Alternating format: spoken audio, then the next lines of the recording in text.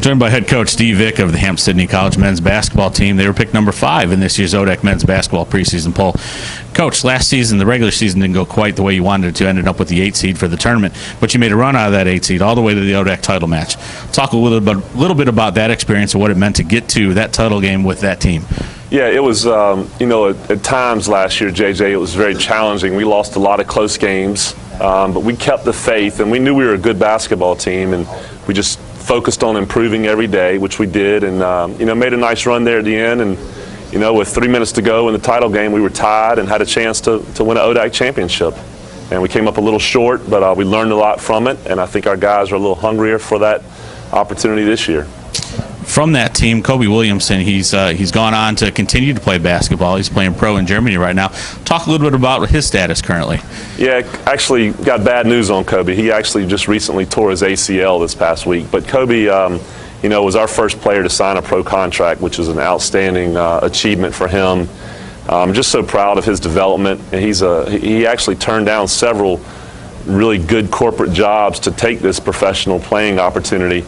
And had a great start. His last game, he had 31 points and 13 rebounds, and he's had a neat experience over in Germany. He's actually playing with DJ Woodmore, which is nice for them to have another English-speaking teammate. And he's got some decisions to make now as far as where he's going to get his surgery and how he goes about his rehab. But hopefully he'll bounce back and recover and continue to play next year.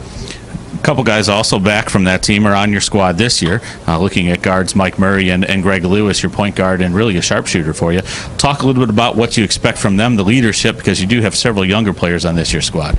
We do have a really young team, but the seniors we have a lot of experience, and they've done an outstanding job in our preseason. In our first week and a half of practice, they have they've brought a lot of energy to the practices every day, and they're doing a great job leading the young guys. And like I mentioned, the experience of getting to the finals, will pay huge dividends. And I'm excited about their leadership right now, and their level of play is improved, and hopefully they can lead us to a great year.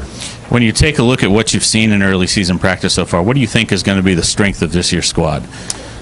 Well, I think the strength will be our depth. We have a lot of balance at a lot of different positions, and I think we'll be able to play 8 to 12 guys per game.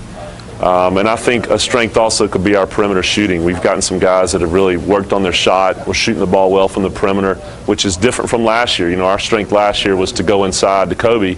Now with Javante Reddick and Greg Lewis, and we have a really nice transfer in Jake Duncan. The guys are really shooting the ball well.